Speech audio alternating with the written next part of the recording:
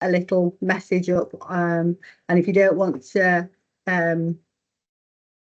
your camera will go off, so you won't be seen on the recording, so that I can give Linda a transcript for anyone that's not here today, if that's okay with everybody.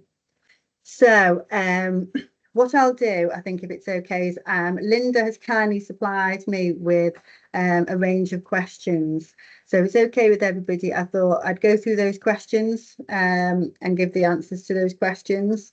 On top of that, there's a few pointers that I wanted to bring up.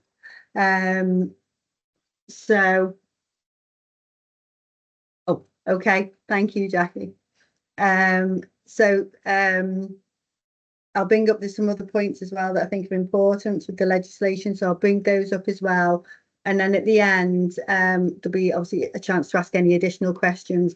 As we go along, if you have any questions, please raise your hand, and I'll answer them as we go along. The first question that we have is, what do I have to do to register with the Carer Centre, and what will I gain from doing so? So the Carer Centre, we have a duty officer, and she's responsible for registering all new carers. An email will go through to her. At the moment, we have an online form, and we also have a referral form. And the reason why we have that referral form is so that the duty officer has got an idea from the professionals of where that carer is within their caring role. So when you pick up and make that phone call to the carer, they've got a good idea of what sort of support that the carer needs. The reason for getting registered with the Carer Centre is quite an easy one for us, because we have over, as I said, 12,000 people registered as carers, and we know there's 35,000 people from the last census that put their hand up and says, I care for somebody. So as a Carer Centre, we've still got an awful lot of work to do. The problem that we have at the moment is that a lot of the time we get referred to when people are in crisis, and that's really difficult for us to support somebody in crisis, because we have to go through the registration period and process first. It doesn't take long, but it's to get that person on our systems and understand what current support they are receiving, and obviously importantly what current support they are not receiving and need.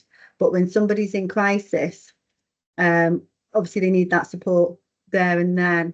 And we, the duty officer, she's probably, I would say, a couple of weeks in a sort of a backlog situation.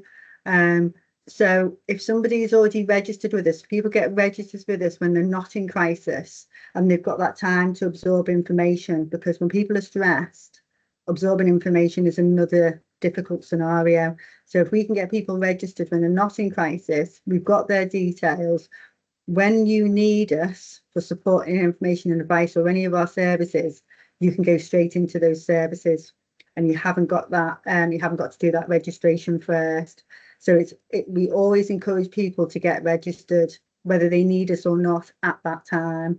And then, as I say, if it's a welfare benefits referral, if it's counselling, if it's information and advice, then you can dip in and out of our services as and when you need them. And obviously you'll get all the emails and other information that we provide as well. So that's the reason why I would say it's important for people to get registered with us when they don't need us, because when they do, they can go straight into services, as I said. And what will you gain from doing so? So all our services are free at point of contact. We don't charge for any of our services. So we offer a huge range of services. And what I would say is those services do change, because we are permanently applying for funding. So 48% of our funding comes from external funders for alternative projects.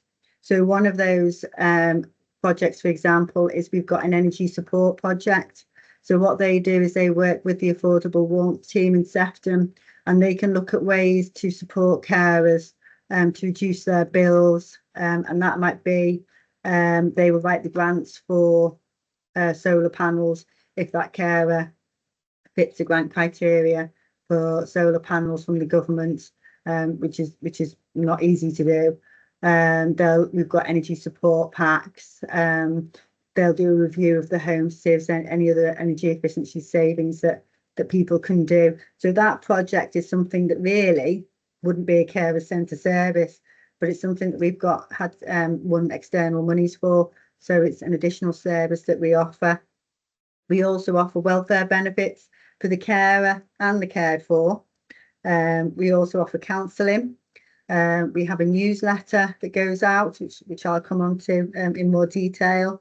We have a huge range of courses and coffee mornings, and we're working with the Alzheimer's Society on a course in, I think it's September this year, that we're going to run up in Southport, which is around dementia and the support in Sefton.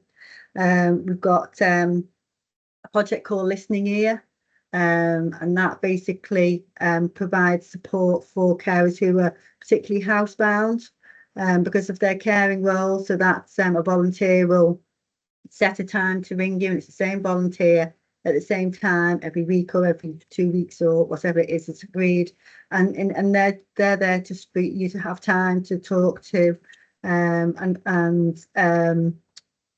break that isolation. And also they'll talk to you about your caring role and if there's any additional support that you need. We also do carers assessments, which I'll come on to what they are. What else do we do? We've got a Young Carers project. We've got a project called Living Well Sefton, and that looks at the well-being of a carer. So it will support a carer who wants to, say, maybe lose weight or stop smoking. So that sort of health and well-being side of being a carer. And we have a parent carer team as well. We also do direct payments, and we also deliver personal health budgets on behalf of Sefton Liverpool for Health. So we do have a whole range of different services, but as I say, those services some are core, so they always stay, but some are new. So it's always worth speaking to Sefton Care Centre about our services. But more importantly than that, it's about us being able to give you that information, advice on that journey of being a carer, because it's different for everybody. It's got to take into account everything else that's going on in someone's life, and it's about having an organisation that you can go to when things are changing or when the pressure's on you, and what can we do, or what advice can we give you, and what support maybe with social services for you in your caring role. So I hope that answers that question. Can't see any hands up. If anyone does put a hand up, shout out as well. So moving on, I am registered with Sefton. Sorry, go on. Vicky, can I just ask one question? Yeah. You may have said it. I missed it. How do you then? How do we then become? How do we then register with the carer centre? Okay, so either you can ring up the main number, which is 0151 288 6060, and say that you want to register, and the receptionist will put you through to the duty officer if she's available, or she will send an email to the duty officer, and then the duty officer will come back to you to get you registered. Or you can go through the website, and we've got a contact page on the website.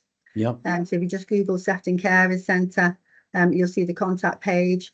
Or you can email us at help@carers, CARERS, so the S on the end, help@carers.sefton.gov.uk.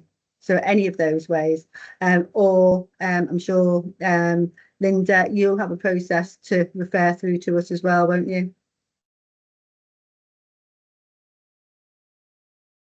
You're on mute, Linda. I don't know, or Barry. I think everybody's on mute. Are they? Yeah. I don't think I can unmute.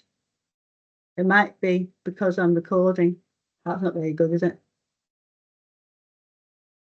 I think I've come off mute now. Oh, there you are. Yeah, I think we have a process we can send people to you as well. Yeah. Okay. Does that answer your question, Paul? Is Yes, that okay? thank you. Thank you very much. Thank Okay. you. So moving on, I am registered with Sefton Carer Centre and have been for some years. However, I don't receive any newsletters to let me know what activities you run. Do you have a newsletter?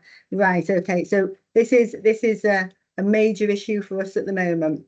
So years ago, we used to produce a lovely newsletter that we posted out.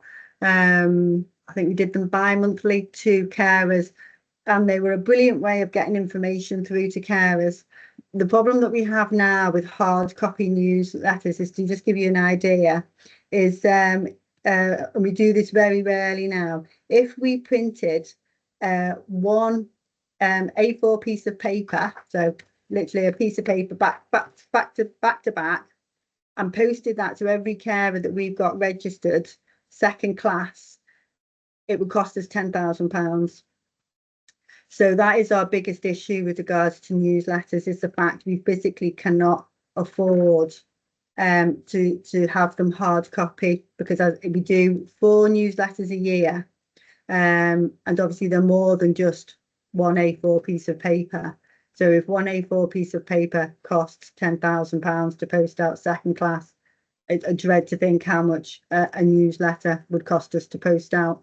So what we do have is we have an electronic newsletter, and every carer that we have an email address for should get a notification with a link to that newsletter every 4 months. And what we always say to within the registration is that if somebody does want it posted, you do have a separate spreadsheet for carers who aren't on email, because obviously not everybody is, and you can register with us to have a hard copy newsletter, which we will print out and post out to those people who are not on email, which is absolutely fine. It's just a really difficult situation. I would love to print our newsletter off and send it to every carer that we have. We just physically obviously couldn't afford that, because it would cost us thousands and thousands of pounds now in post and in production.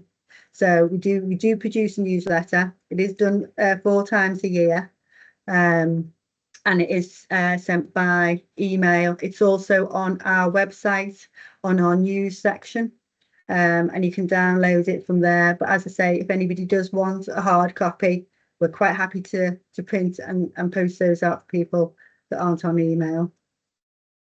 So I hope that's okay. In the good old days, we used to do a double page spread in the Champion, and the Champion was about, and we would do that every couple of months, and that was another excellent way of providing information to carers. But obviously with the loss of those free newspapers, it's yet another avenue cut for marketing material. We are doing some investment in some professional posters and information, with a big focus to push on GP practices. So we're just in the middle of looking at that.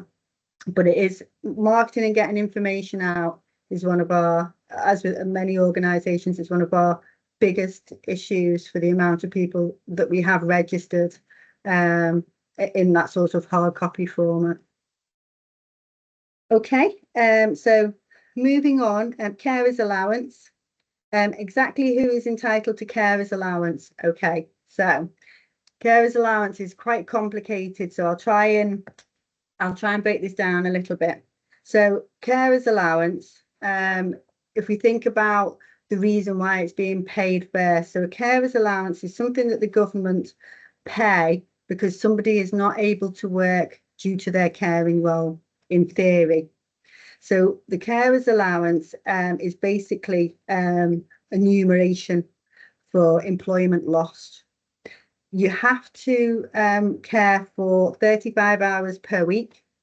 As part of the application, you have to declare that you do 35 hours or more a week. the carers assessment team at the government, they don't have any powers to investigate if somebody has a care need, so you wouldn't have to worry about them coming out to sit down and watch you caring for 35 hours. But what they will do is the person you say that you're caring for, they must receive a benefit as well. So they must either have attendance allowance or the personal independence payment PIP, as it's known, or middle to high components of DLA. So what they'll do is when you put your application in, they will make sure that the person who you say you're caring for has a high level need and is receiving one of those benefits because of that high level need. Because it's about, and I'll go back to the point about this is about you caring because you can't work mentality from the government. Because of that, carers allowance is not payable to someone who's under 16, not someone who's in full-time education. And if you're already receiving a benefit, a state benefit, such as a not a private pension, ignore that, but a state pension or pension credits, for example, you won't be able to claim carers allowance either because you're not at working age anymore. And this is around supporting people who can't work because they're caring. I know there's there's lots of, but that's the mindset of the government department who designed carers assessments. So that's the reason why people who are on pension or pension top-ups and things like that can't get carers allowance. That doesn't include private pensions. So if you have a private pension, then that's not considered. It's only state pension. There are, with carers allowance, there are some underlying elements of carers allowance that mean that they understand that there's a slight flex in there about working. So people who are working and claiming less than £151 a week can claim carers allowance. If you claim, this is an example, £151 and a penny, you can't claim carers allowance. So there is a little bit of flex in the carers allowance for small amount of working. But you may have seen in the news, it's been particularly before the elections, it was quite prevalent around some people who were getting hit by the government for being claiming carers allowance and shouldn't be entitled to it. So therefore they were taking it back, and that's what they fell foul of. Because one of the things about carers allowance and governments and all the rest of it is that one department will kindly put up the minimum wage, because most people who are earning something like £151 a week are probably around the minimum wage, national living wage area, or doing hours related to that. So if the employer suddenly puts up that wage, even by a penny, and it takes them over that threshold of 151, then in theory they have to declare that and hand back their carers allowance from that point. But obviously a lot of people don't you wouldn't consider that, would you, that you're a penny over. And that's why a lot of those cases of where those people fell into that trap, and then it's built up, and then the government have said, we'll have that money back, please, even though it's the worst paid benefit out of all the benefits that are around. Just some other points on carers allowance: only one carer can claim it. So if there's two people caring for one person, only one of you can claim carers allowance, no matter if you're both doing 35 hours each. It doesn't matter, you can only claim for one person. And I think I've covered everything. Sorry, Paul, is there somebody who, can't read the, oh. Yeah, can you hear me? Yes, I can hear you. Yeah, I don't need to trouble everybody on this about specifics for one individual, but my circumstances are slightly different in that I actually, I'm not my full-time residency is abroad, Okay. but I'm coming over weekly Right. to provide the vast majority of my mother's care, and then got somebody else in between. Mhm. And because I am providing more than 35 hours, however, I'm not a UK resident, let's say. So we don't need to go into that here. That is, it Yeah. wouldn't be fair to everybody else. But Yeah. is there somebody that I could Yeah. discuss this with Yeah. to Yeah. see that? Because again, it's only something that I would look at if Mhm. it was all properly done. Yeah, of course. I wouldn't do anything that's No. underhand. Yeah, no, and I would recommend, you know, if you haven't applied, if you think even if you don't know if you are entitled to any welfare benefits, or the person you care for is entitled to any welfare benefits, we always recommend to carers to get a review done anyway. So we have a welfare benefits team within the carers centre, and once you're registered with the carers centre, the welfare benefits admin worker, she will arrange an appointment, so you can have that face to face, or you can have a telephone appointment with them, or you can have a Teams appointment with them, and they will give you the advice on. They'll do a benefits review and say what you can and cannot Brilliant. claim for. They will also do all the forms for you. You have to get the forms because you can't do it on your behalf. You have to ring the DWP and they send them out to you postally. But they'll fill all the forms in for you. And also, if you've done them yourself, or you've had a benefit rejected or reduced in any way, the welfare benefits team will also do the appeal and tribunal papers on your behalf, and go to the tribunal panel if needs be. So, which is, it grinds me because I know on the tribunal side they overturn over 88% of those turned down benefits, and it takes it takes a lot of work, resource work to do that. Obviously, it's worth it to get it turned over, but it's annoying because I just know then there's 88% of cases that are declined that shouldn't be. So, but yes, we have a whole team that that does that support. And just to give you an idea, they bring about 1.5 million in a year in welfare benefits to people in Sefton. That's super. Thank you very much.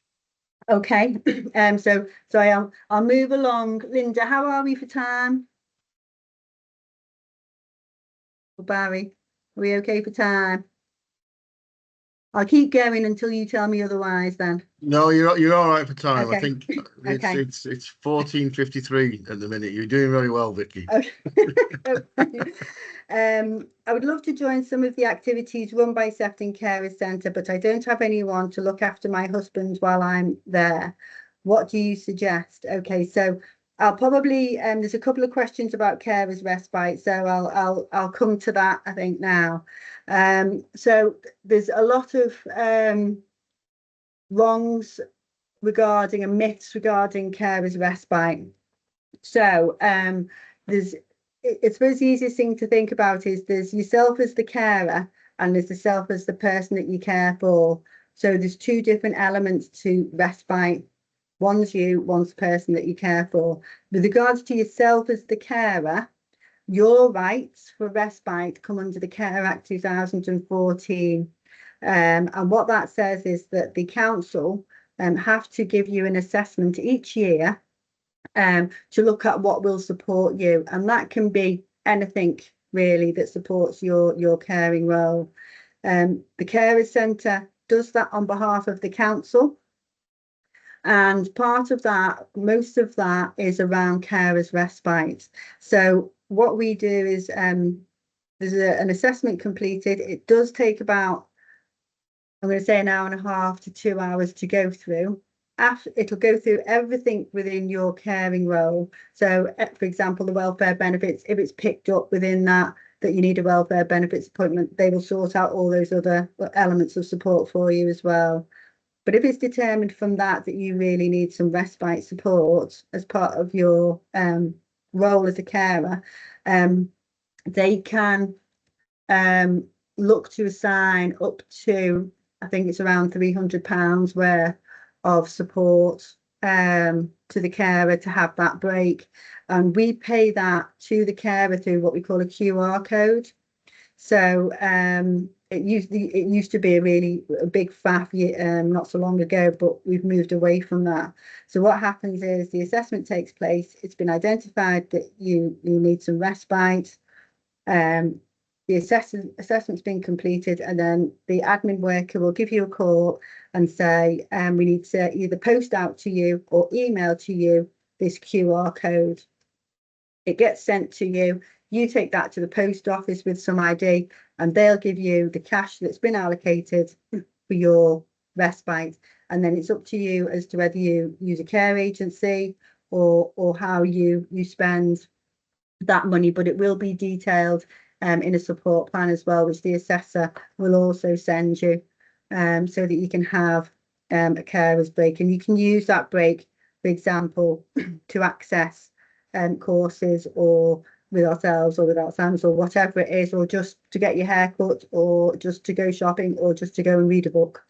So, and you can use that and take that at whatever time fits with you. But it is only, I appreciate it is only a small amount of funding for that. The other alternative is looking at the cared for with social services. So social services have to do an assessment of need for the cared for, and that might be a package of care. It is financially assessed, so they can't have more than 23,250, I think it is, as savings. Otherwise, they have to pay for care themselves. But the council have a duty to the person that you care for, if they've got less than that, to provide support, and that can obviously benefit yourself as the carer. But it'll be through an assessment process with a social worker. Also, the social worker has a duty of care to you as a carer, and that's a little bit more grey in definition. So if you said to a social worker that you were totally fried out, you needed a break, and you need some time to yourself, then the social worker will give you, in your own right, an assessment to see if there's what they call carer. And don't be put off by the word breakdown is generally the wording that they use, or the carer is just at a point where they need that time out, or it's going to be detrimental to their own health. That isn't means tested, and that's at the discretion of the council. And most of the time, I would say that's roughly around about, it could be a week, it could be 2 weeks. It will be a conversation with the social worker, but the social services and social workers do recognise that the impact of the caring role, so that is there as a point of discussion with the social worker. So carers allowance, option number one, through the carers assessment, is another option. If you've not had a carers assessment, you are entitled to one every year, and you will be reminded each year. It's about what supports you. So if you haven't had a carers assessment, contact us and we'll get you booked in for that. But there's no magic answer really to enabling someone. We don't have a sitting service anymore, because we're not funded that can provide support while someone unfortunately goes to a course. But I fully understand the issues behind that. Okay, moving on, just a carers assessment. It says, is it really worth getting a carers assessment, and can I get one if my loved one is self-funding? Yes. So anything to do with carers and any support given to carers is not financially assessed. So a carer's assessment is all about the caring role. It's definitely, it is, you know, I fully understand it's a bit, you know, it is a long process to sign up to, but you will get a support plan.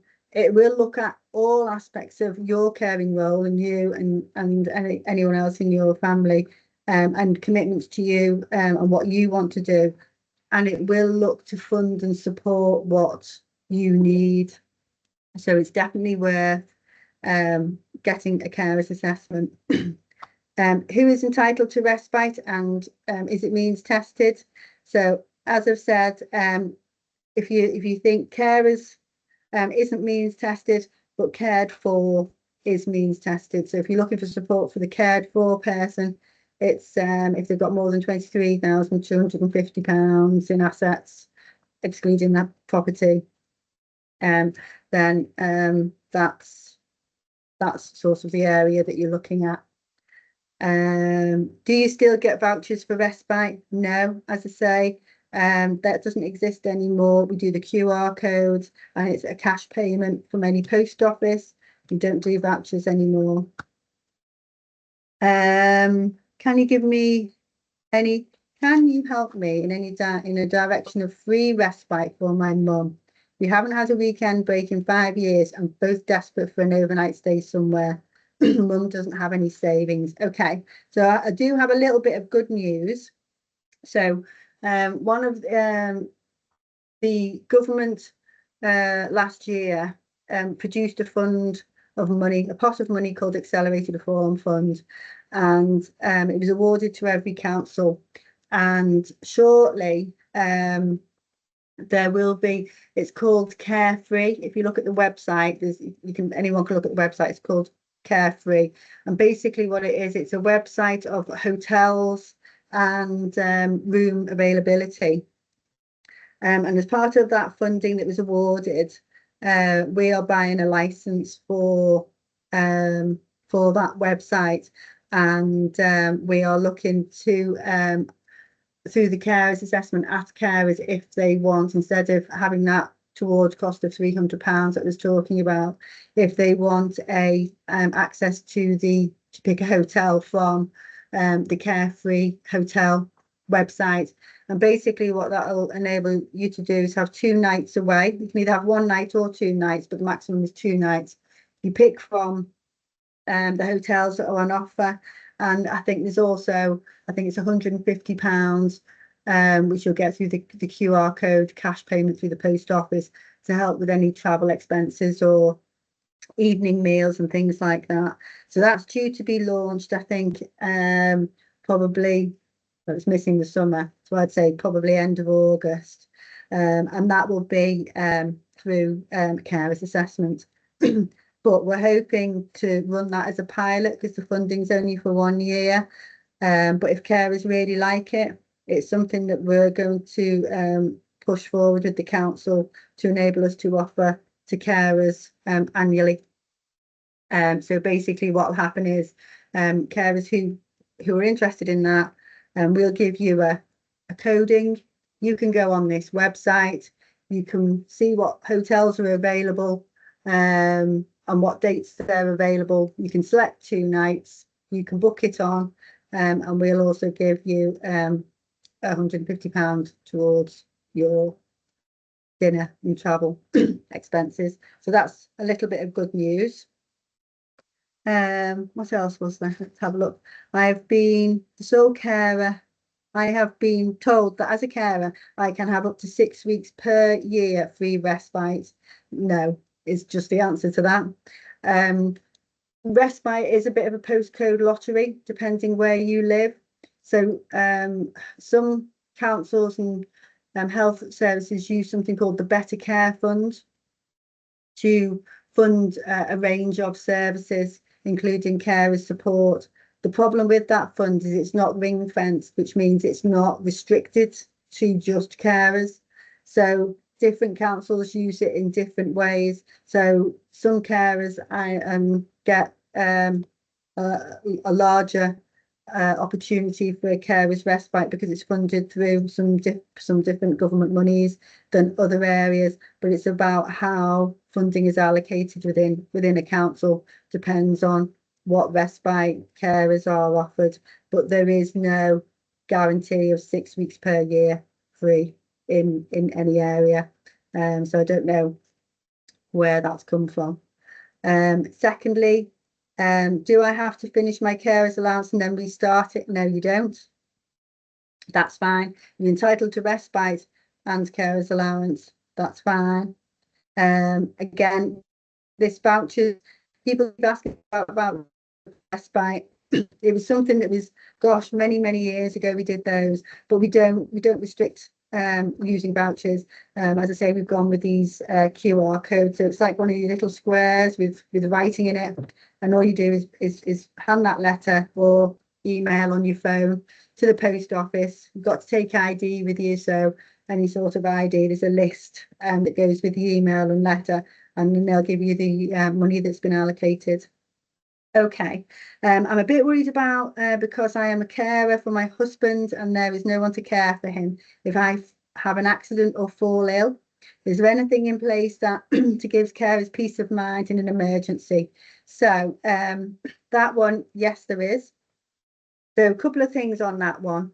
Firstly, on our website, if you search on our website emergency plan, you will find an emergency plan on there, and that's for anyone to download and print off and keep, but I'll come back to that in a minute.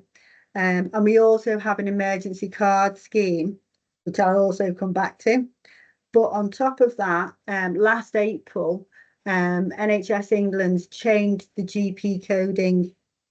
And what that means is NHS England said that carers should have registered with their GPs an emergency plan that is open to health services, so that if, God forbid, something happened to somebody, they ended up in A&E, and the GP records show that that carer's got an emergency, that person's got an emergency plan, and then it can be enacted by social services or health or whoever it is. So going back to the emergency plan that I spoke about on the Carers Centre website, that's the current one that we have, but we're doing a new plan, and it's going to be a lot easier to do. So there'll be a printable version, but you'll also be able to do it online as well.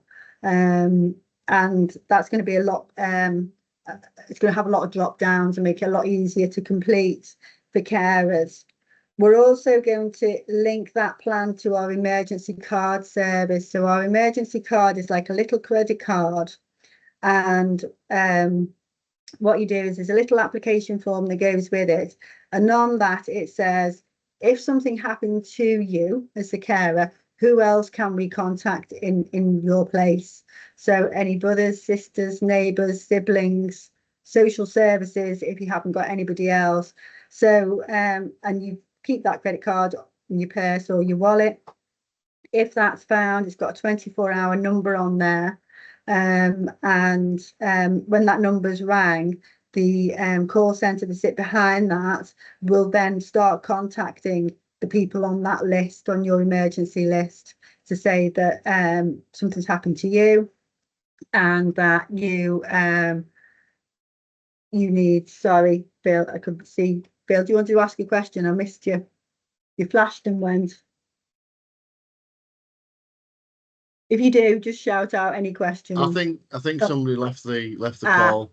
Okay. And stuff. That's fine.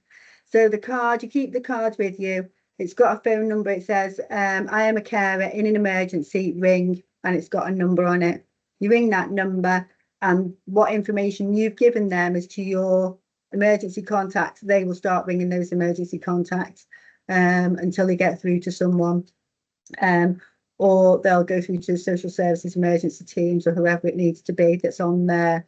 So what we're going to do now that the GPs have got this new duty of care is we're going to link our emergency plan with our emergency card. So we're going to produce a new card for carers who have that emergency plan to say, in an emergency, please ring this number. And then it's got an addition at the bottom that says, and I also have an emergency plan recorded with my GP. So that whoever finds from the health perspective finds that card, not only will they start ringing your emergency contacts, they'll also know that you've got an emergency plan registered with your GP, which has all the details of the cared for person that you care for, so their dislikes, their allergies, their medication, anything that you need to put on that plan. One of the things I'm very skeptical of is the GPs. If you go along to your GP practice waiving this emergency plan that you've taken time to fill out and say, can you put that on my record, please?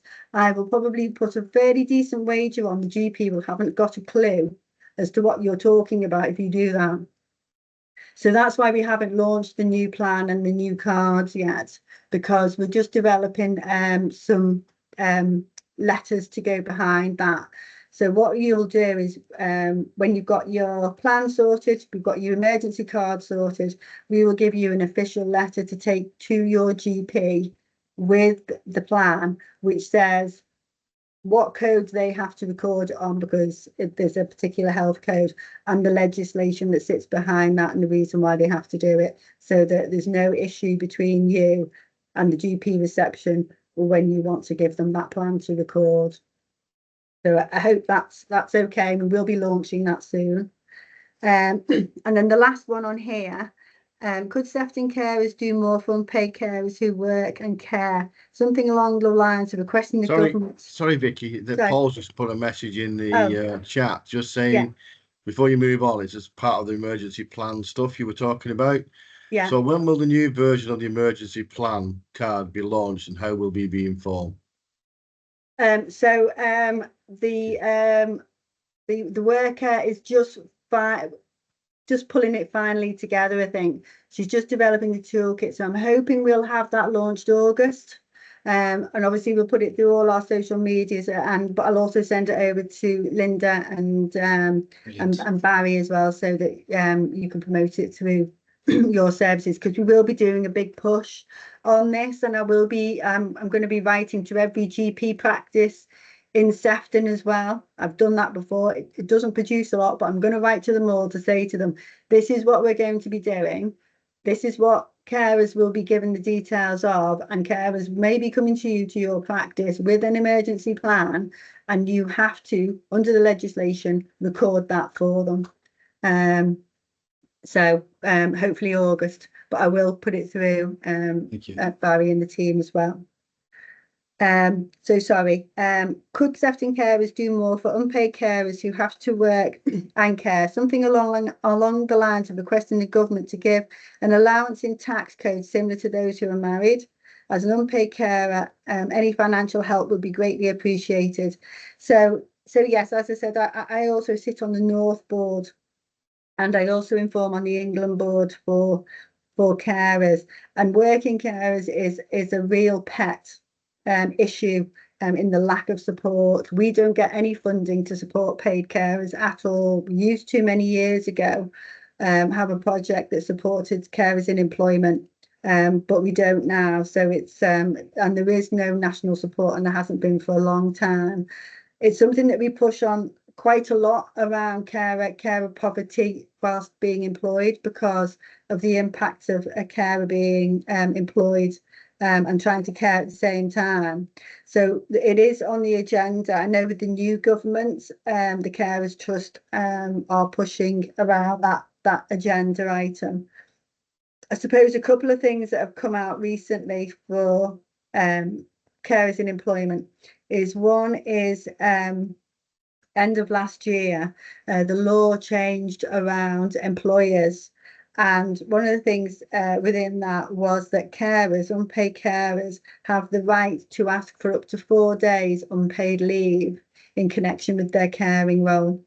So if you're a working carer and you need emergency time off, or time off to take your cared for to an appointment, for example, by law now, your employer has to give you up to 4 days over a 12-month period of unpaid leave to do that.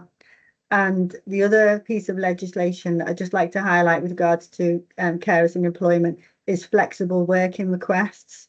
So by law, that flexible working request also includes unpaid carers.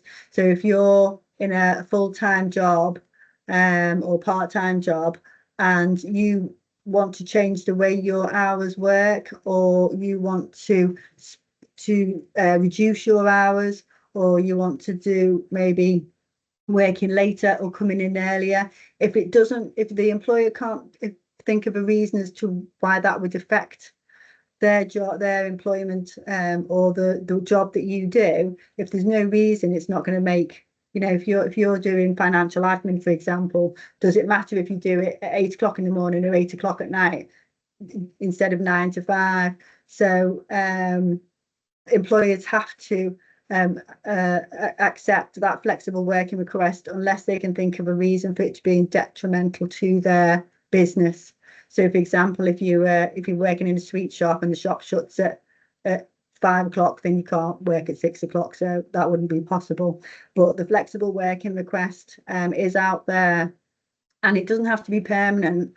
If you say, for the next 3 months, my mum's come out of hospital and I need to reduce my hours while I care for her, that's absolutely fine. You can do that through a flexible working request with your employer. So have a look at flexible working requests. There's lots of information out there. Your employer should have a very simple form or an email that you send to them to say what you want to do with regards to flexible working. But I think that's probably been the best piece of legislation for carers, is a flexible working request, because it does allow power to carers to change and shop employment as long as it doesn't affect the employer.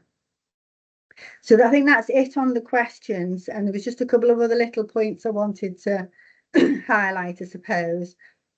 One was just to highlight that if you do have anyone that goes into hospital, legislation came out in, I want to say 2022, but I can't believe it's that long ago, that gives carers more rights to be involved in hospital discharge.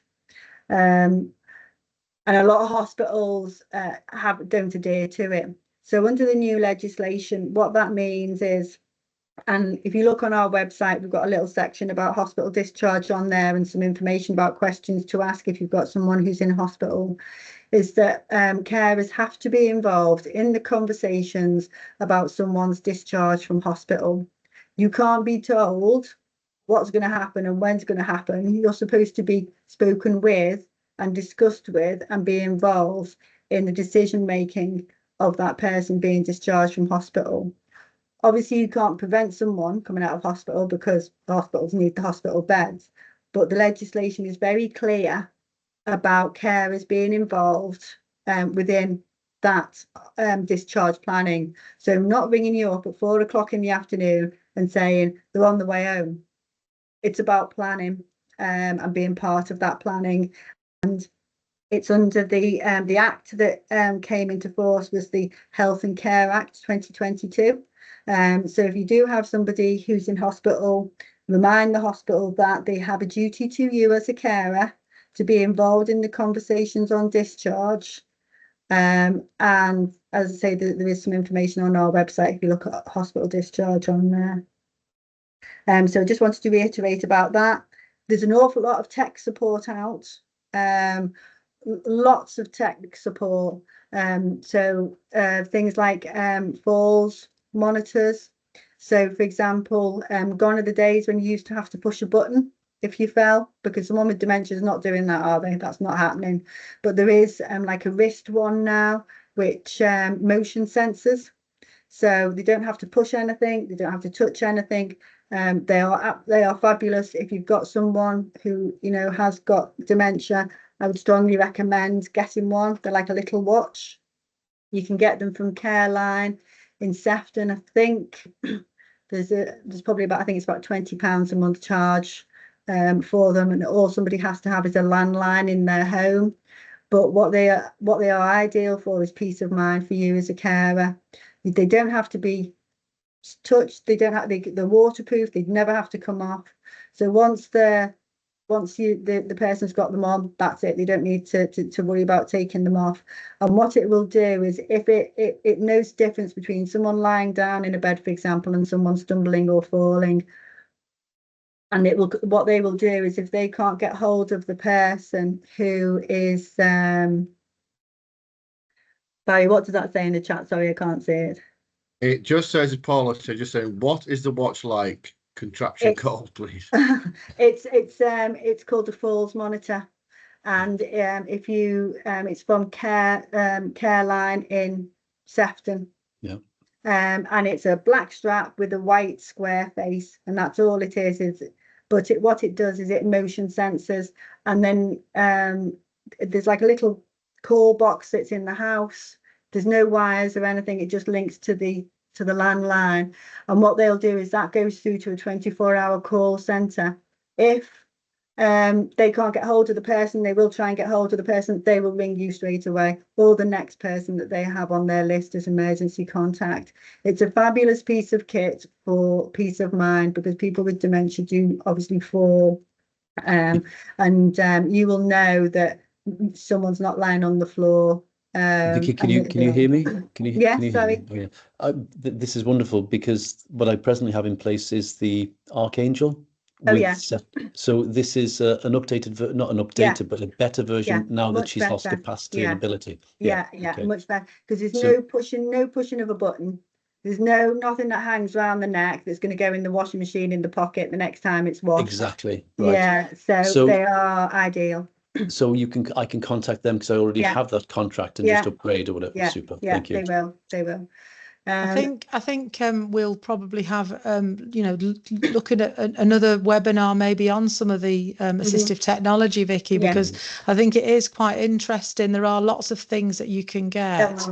So I think we'll look at maybe having another webinar to cover that topic. Yeah.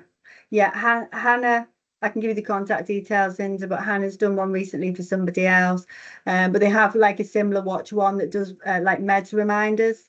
So it's like a little watch, and it'll pop up on you. It like do a little buzz, and it'll say take your medication now, that type of thing. Pill dispensers that are on timers. If people are at risk of wandering, you're worried that they're going to wander at night, you can have the little sensors put at the front door. So, and you can have it put on a timer, and you can choose the time. So, for example, if you were worried that whether it's that person leaving or someone coming in, you can set it between, I don't know, 10 at night and 6 in the morning. So if that front door opens in that time, they will ring you. And it might be a case of, oh, it was my brother just popping around late at night to pick something up. That's absolutely fine. It doesn't matter. But it's that peace of mind again for you, that if you know that front door's open either to a stranger coming in or the person going out, it'll go off and they'll ring you and say the front door's just been opened at midnight or whatever night it is. So there's lots of things around technology, but embrace it, because there's a lot of that easy technology out there, quite reasonably priced. And if you haven't had a carer's assessment, that type of thing can be paid through a carer's assessment. So for example, if a falls monitor is 20 odd pounds, whatever it is, a month, you haven't had a carer's assessment, it's going to give you peace of mind. That will be paid for through your carer's assessment. And I will stop there. I can always do another one of these, Linda. I just wanted to, in case there are any additional questions. You're 55 minutes in, Vicky, so you've done really good. So I don't know if there are any other questions at all. It's a lot to take in. Not a question, but can I just make one comment, please? Yeah. For me personally, the last 18 months has been, I can't describe how dreadful it's been.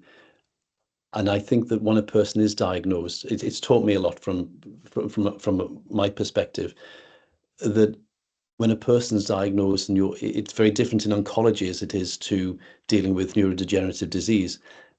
My experience has been a very traumatic and difficult one, because once that diagnosis is given of mixed dementia, in my case, you were left on your own with nothing. And I want to say a massive thank you. I can't put into words the work of Linda, and the assistance and help from Linda, and it must be from you, Barry, because the Alzheimer's Society have been unparalleled in my ability to get to where I am now and learn the stuff that I don't know. So I just want to say a huge personal thank you to Linda and to Barry for everything that you do. Oh, that's lovely. Thank you so much. Thank you, Paul. And just thank you to Vicky as well, because it's been an absolutely brilliant session, Vicky. I've certainly learned a lot this afternoon, and I'm sure everybody else who's tuned in has learned the same, you know. So obviously I'll send out the recording if there's things that you missed, and I'll make sure all the links on all the websites that you've mentioned, Vicky, we'll put that in the email as well, so everybody's got all the resources that they need, you know, to follow up some of the information that you've given today. But it's been brilliant. Really enjoyed it. Thank you. Thank you. Nice to meet you, and I'm happy to do another one, Linda. Or if anyone's got any emails they want to email, Linda's got my email address, so by all means send me any emails, and I'll be quite happy to answer any questions. You're very kind. Lovely. Thank you. Thank you. Thank you, Okay. everybody. Bye. Okay. Bye-bye. Bye. Thank you. Bye-bye.